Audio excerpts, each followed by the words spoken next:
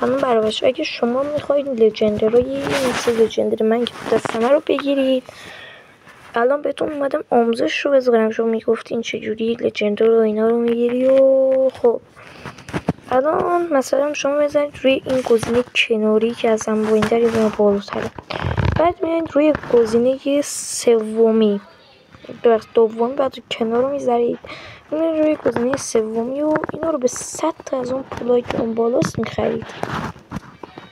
هر روز کدومشون 100 تا اینا هستن و این اسکینی که 450 تا.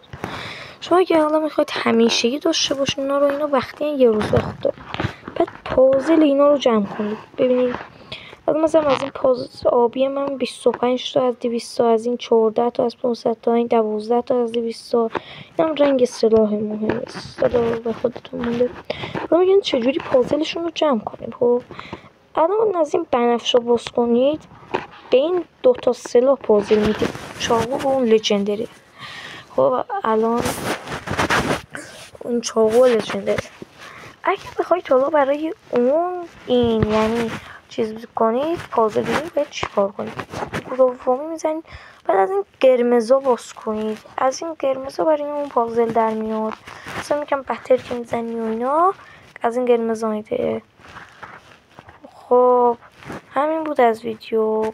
خب برای عشق من رو تا یه ویدیوی جدید، خداحافظ.